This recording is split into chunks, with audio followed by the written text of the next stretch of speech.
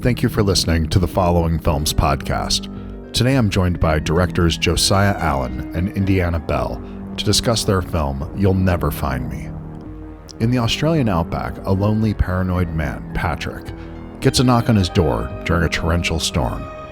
He finds a woman known only as the Visitor, in need of a phone and to find her way home. He cautiously lets her in, which sets off a claustrophobic night of doubt, hidden motivations, and a tense, ever-shifting game of mental cat and mouse, all of which leads to, without spoiling anything, an explosive finale that turns the paranoid thriller on its head. Directors Josiah Allen and Indianna Bell approached their feature debut like a challenge. Indianna, who also wrote the film, set out to see how much tension they could conjure from potentially limiting factors, like a single location and only using 2 actors.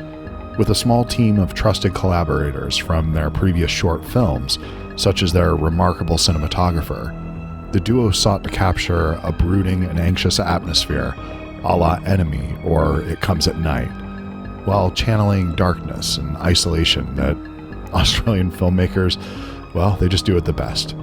The final product is something that subverts the dialogue-driven chamber piece structure on its head and serves as yet another bold entry into the recent renaissance of horror down under.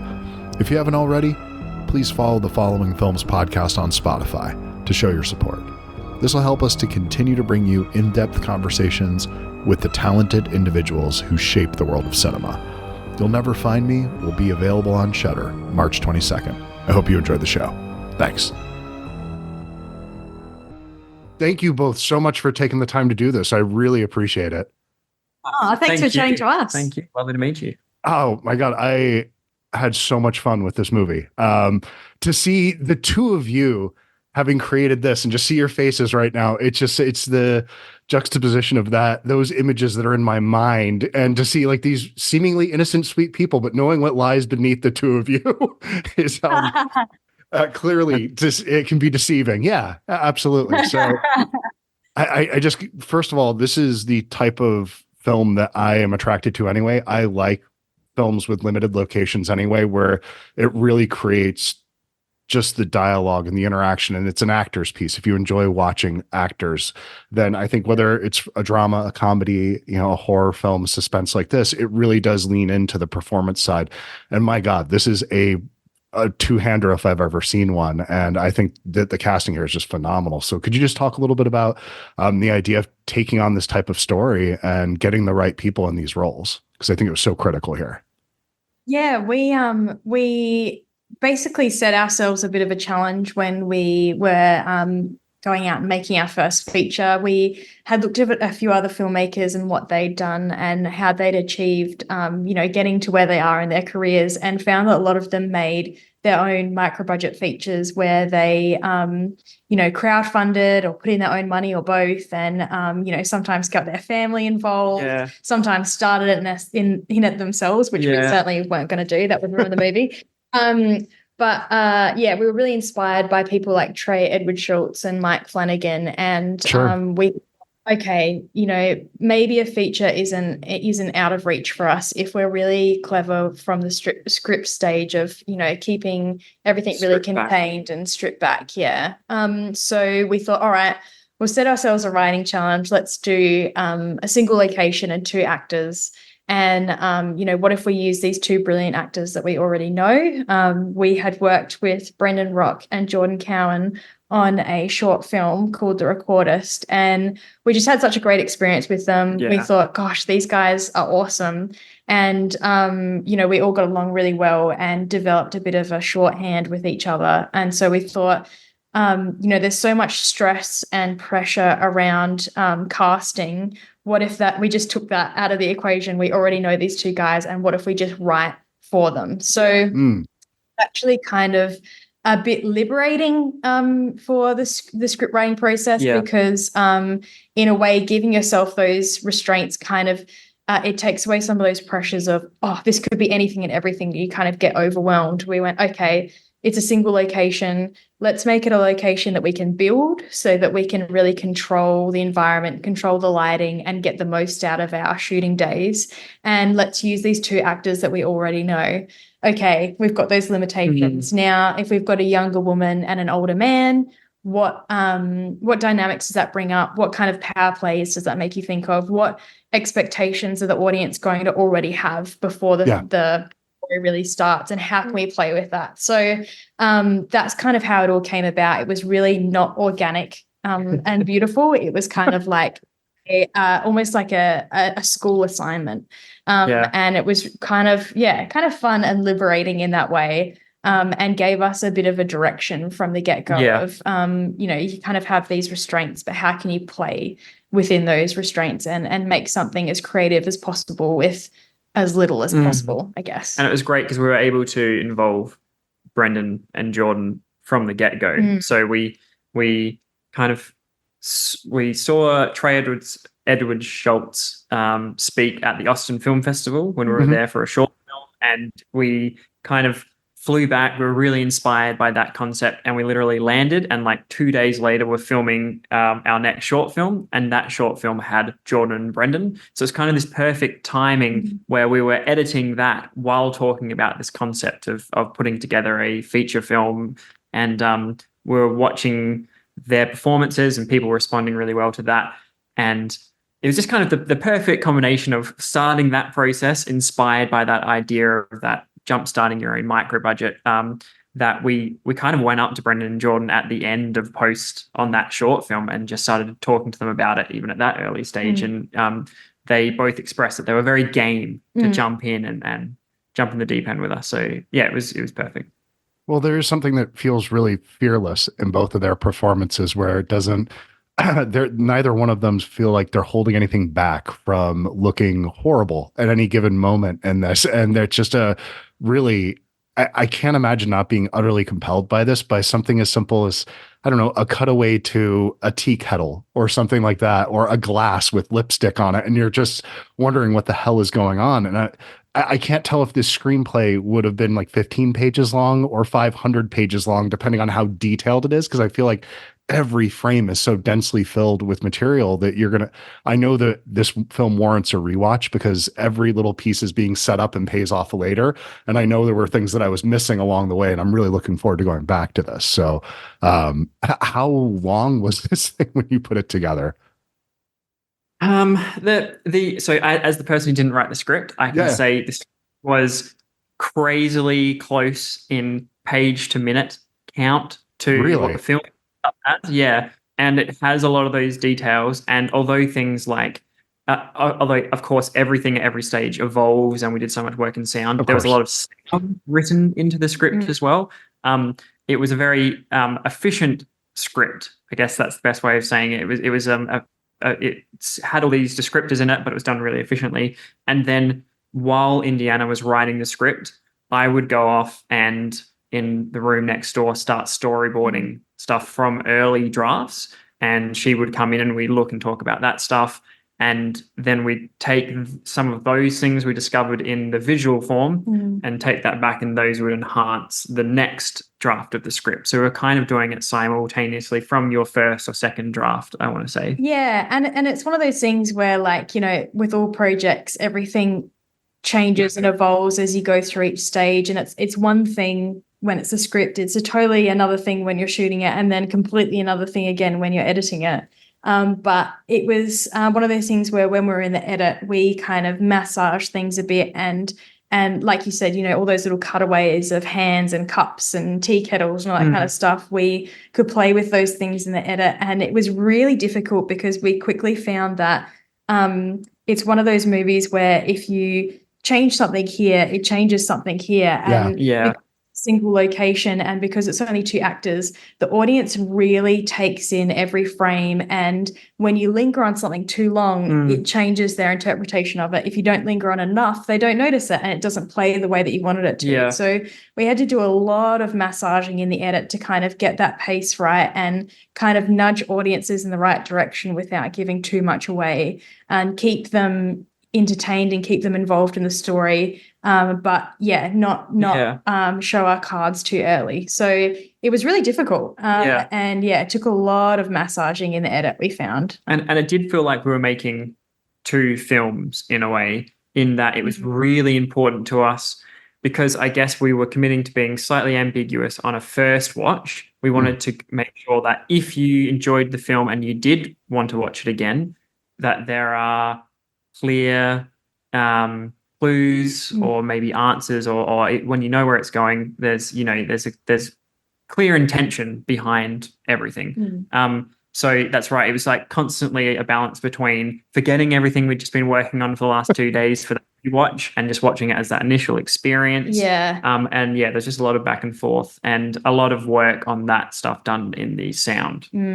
The sound is incredible here. It's something that I rarely see psychological sound design, which is what this feels like to me, where you have psychological editing and cutting and point of view framing oftentimes, but here you actually get inside people's mind through the choices in the sound design, which is something that you pick up on right away. The way that I think starting on him looking up at the rain and then the knock on the door and the rain goes down and it's just this thing like, oh, this is interesting. This is actually something that's very thoughtful in the way that it's being put together, and it's actually teaching you how to watch the film, because you're going to have a lot of psychological point of view here where you're going to see things that will never be right down the middle. You're either going to be looking at this and this is what's going on, or this is what's going on, and we're going to constantly ping pong you back and forth. And sound was definitely a big part of that for me in viewing this.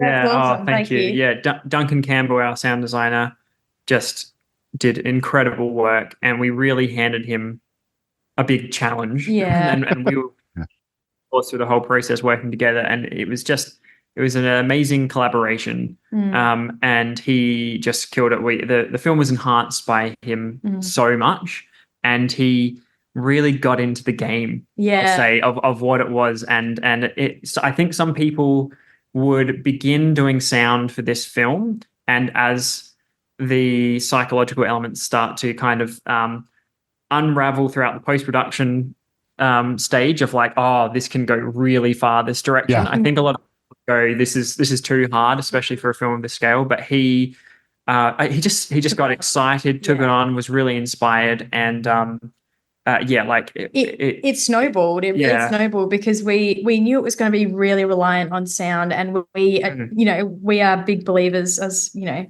everyone is in sound and filmmaking and how powerful it can be. But it really became obvious when Duncan first started working on it that it was like once one layer was in, we couldn't really stop. We were like, oh, we need this and we need this. And then we ended up getting the actors to come into the studio and record all sorts of things. And, you know, there are so many things that Duncan did in the sound that you probably won't notice until you watch it a third or fourth time and you go, oh, hang on a minute. But it just gave us so much confidence in the story that we were telling, and that all the seeds were there and all the clues were there, especially in the sound design. And it became a beast of its own and really snowballed in post-production, where it became like the force behind the film. And it's something that it was a tool at our fingertips, at a low budget that we could use sound to really tell our story. So, it just kind of grew and grew and grew. But it took, you also show a great deal of restraint at times in the sound design, which a lot of horror films, they just punctuate too much on sound, and it's the constant bombast, and that's how we're going to get you, and that's the scare of the moment. And you kind of do the opposite at times, where there'll be the absence of sound can be something, or there's just this faint noise in the background that's so fucking unnerving in this. The moment where, not to give it away why it plays out this way, but there's, the blue and red lights are flashing and the sound is really muted for what you would normally expect in a scene like that, and you just hear these voices, and it's like I stopped breathing when I was watching that scene. It was so tense, and it was just, I think that it's a really impressive sound design, because it's not leaning into a lot of the sort of tropes that you would see. And you mentioned the tropes that you would see in horror films in these small chamber pieces like this, and how do you subvert that? And I think you do that with the sound here as well, not just in we're going to have a shower scene, and how do we subvert that? And you made a shower scene that somehow was not misogynistic. It wasn't navel gazing, and it works and adds tension to the film. And that's something that I love horror films, but it's oftentimes when you have those scenes in a film, you're like, oh, God damn it, we're doing that again. And I was loving this movie so much. And then it's like, oh, here we go. Here's the shower scene. And you pulled it off and it wasn't offensive. And congratulations on that. Because that in and of itself is a big deal. So thank you so much. Thank you. Yeah, we were kind of watched a lot of different horror films for homework and pulled out different things that we really liked about them. And, you know, kind of, again, like a homework exercise, went, oh, we loved that scene. What do we love about it? And 9 times out of 10, it was the sound that we realized was terrifying us. And we went, actually, it wasn't, when we ended up seeing the monster, that kind of wasn't scary anymore. It was that the 10-minute sequence leading up to seeing the monster, hear it, and you could see the shadows. That's what really freaked us out. And, you know, kind of letting the audience's imagination, string them along. And, you know, also so many times where films kept us guessing and kept us in the dark. We really enjoyed that game of kind of going, oh, at this point I thought this was happening, and then it turned around. So we just did that a lot, watched a lot of films and kind of digested what we did and didn't like about them and tried to pick our favorite bits and work it into our film. So that's really cool. I'm glad you enjoyed that. That's very nice. Thank you. Oh, no. It's just something I'm. This episode of the Following Films podcast is brought to you by Bookman's. So today I went into Bookman's and decided to try to find a film by Michael Mann.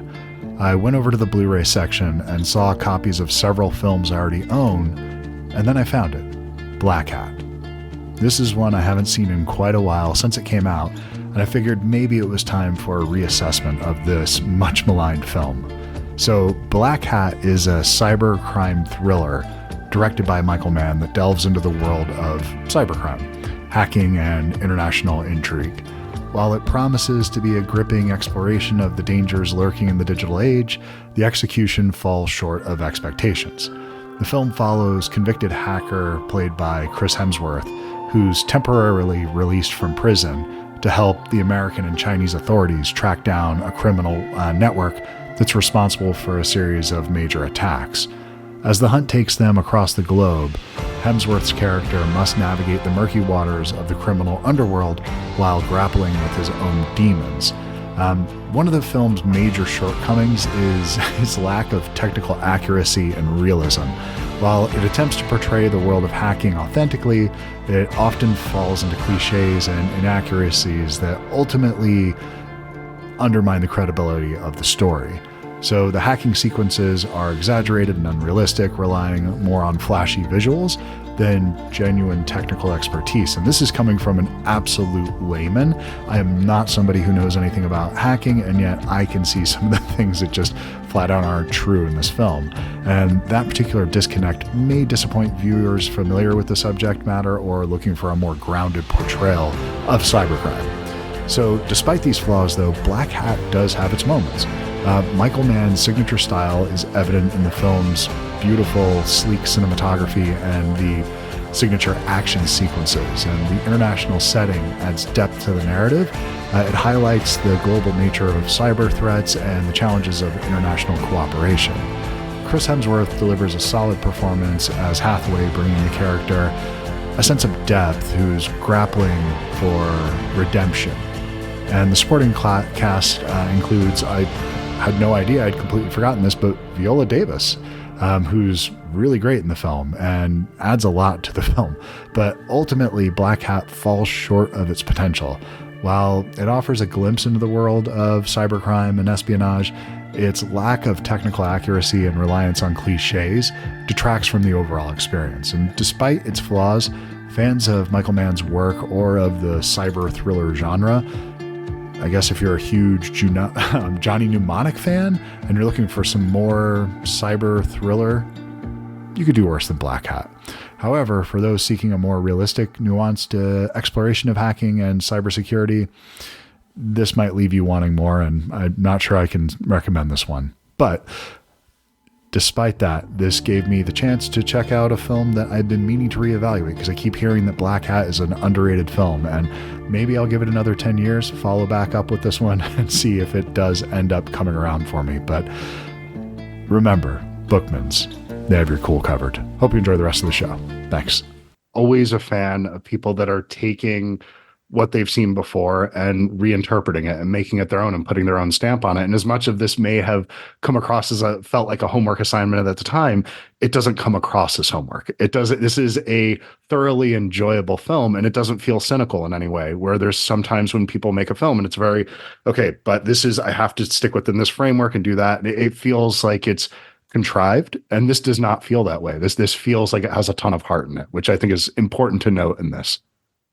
Thank you so much. Thank you. And so could you talk a little bit about using the song Sleepwalk in the beginning of this? Because I love recontextualization of a song like this, and something about that like steel slide guitar thing. It's the same one that's used in Sleepwalkers, the instrumental also, that same sound. I don't know why it's so fucking creepy to me, but it's always been something that song, it's haunting. I'm not a fan. It makes me feel uncomfortable. So Yeah.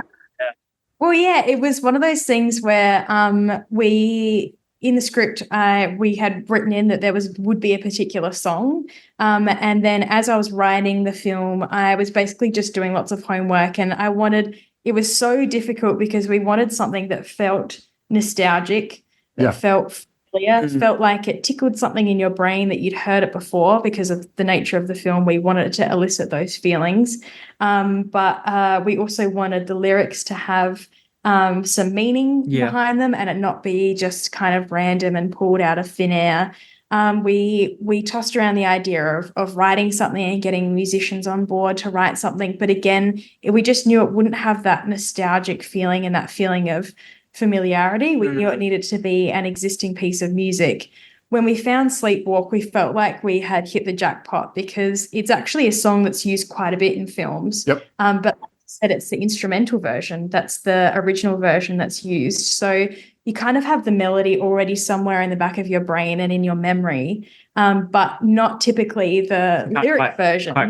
Put your finger on where you've heard it because of the lyrics, which is obviously...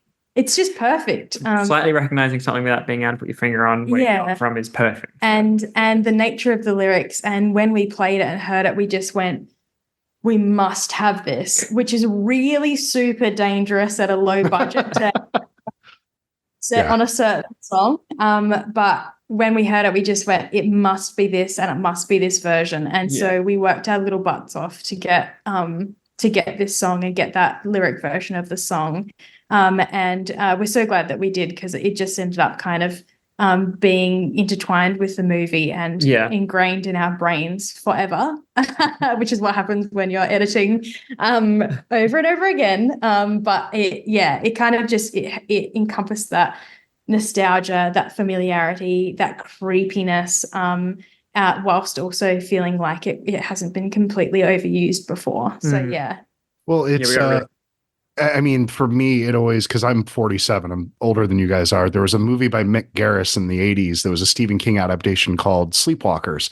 And that was the first time I had heard this song. And it's this really unnerving film. It's probably doesn't hold up very well, but it's a mother and son incestuous relationship, Egyptian cats. It's a very odd movie. But the when hearing the lyric version, which I looked up at the time, and you get to that, I think it's the third verse in it about like the opening of the door and that bit that's in the song, and having heard that later, I was like, God, and you take that into that film and it's not, and that's just something that's implied, and then doing it here and applying it into this. And it was like, oh, okay, this is actually something that honestly, it fits really, really well here in a way that, it almost felt like you wrote to it instead of happened into this particular song. Yeah, exactly. It couldn't be more perfect. And that's why it was so dangerous to find that song whilst writing the script, because I went, oh no, it can't actually be anything else. It must be this. We actually said going in, this is a lovely idea, but we will never be doing cuts with any song in it. We'll do our own custom thing. We won't get married to it because we've been down that road before, and it's absolutely heartbreaking when you get married to a song and you can't use it. But oops, it happened. By the second cut. Completely embedded in it, and we were working it in more and more, and we just had to commit. So we got very lucky with it. So then what's going to be next? Because the two of you working together, I hope that's going to be the case. Just because I loved this film. I think that you guys could do anything you wanted to because you can work with actors very clearly. I'm a fan of genre stuff. If you stick with that, that's great. But if you went out and did something totally different, I wouldn't be surprised by that. Do you plan on sticking with genre films, or what do you have coming down the pike after this? Well, yeah, we've always had a love for psychological thrillers. That's kind of what we bonded over when we first met each other at uni, and it's what we love to watch.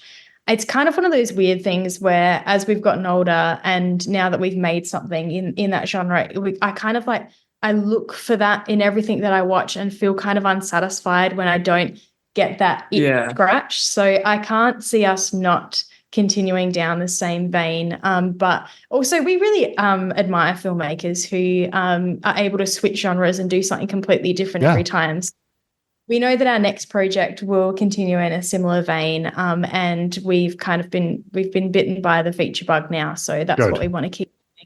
And keep working together, and with the team that we built on this film as well, we'd love to continue through, just because we had so many great people who we were really lucky to work with. So still continuing in a similar vein, and really enjoying playing in that kind of that darker world. It's one of those things where we love drama, we love interesting writing and amazing performances. We love working with actors. Like that's what we love watching. And then we grew up watching, bigger films that fully take advantage of sound and incredible visuals, the visual cinematic language. So horror and thriller, it has just so naturally been where we've landed of our favorite thing to watch, and something we would love to make, because it's just that perfect combination of the best writing, the best performances is in horror and thrillers right now, but you get to play with all those cinematic tools that are the original reason why, as a kid, you dream of making films. So we definitely want to keep playing in that. It's just too much to not. The horror audience is very understanding and willing to let you experiment and play and try weird shit out, and to do really whatever you want. As long as you're satisfying a couple of little things for them, you'll find your champions out there. I mean, this is a movie that really, I don't feel like my patience was tested at all. I felt like I was just in, and it was, by the time you got to you're like 60 minutes in probably, or something like that, when the turn starts to really reveal itself, what this movie actually is. I could have gone on for longer at that point. I don't know if most people would feel patient like that, but I feel like really I was just so happy with the back and forth and the way that it just never leaned too much into one side or the other for so long. And I was just, how long can they possibly pull this off before it goes too far? And it's like, it was that exact balance that you pulled off here. So that's an exercise in control that you rarely see in first-time filmmakers. So congratulations.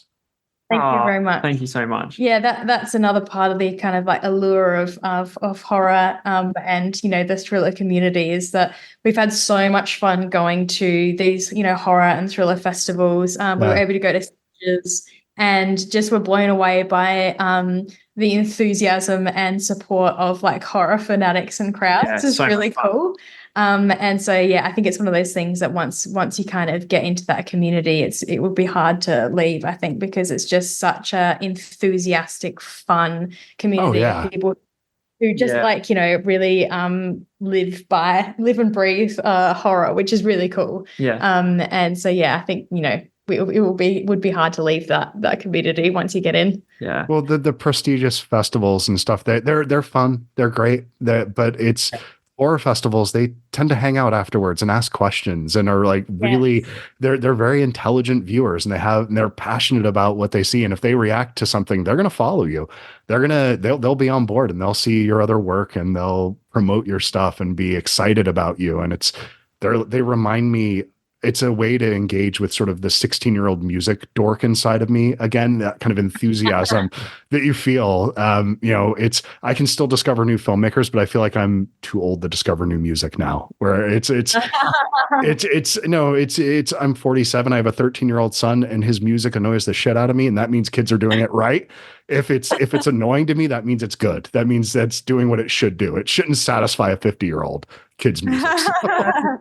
Way of looking at it. Yeah. But film is one of those things I feel like my opinion on it has grown with time. It hasn't gotten worse. I feel like my opinion on music has stayed flat since I was a teenager. But thank you both so much for taking the time to do this. It was a pleasure to meet both of you, and congratulations, you made a hell of a film. So I'm looking forward to whatever's next. Much.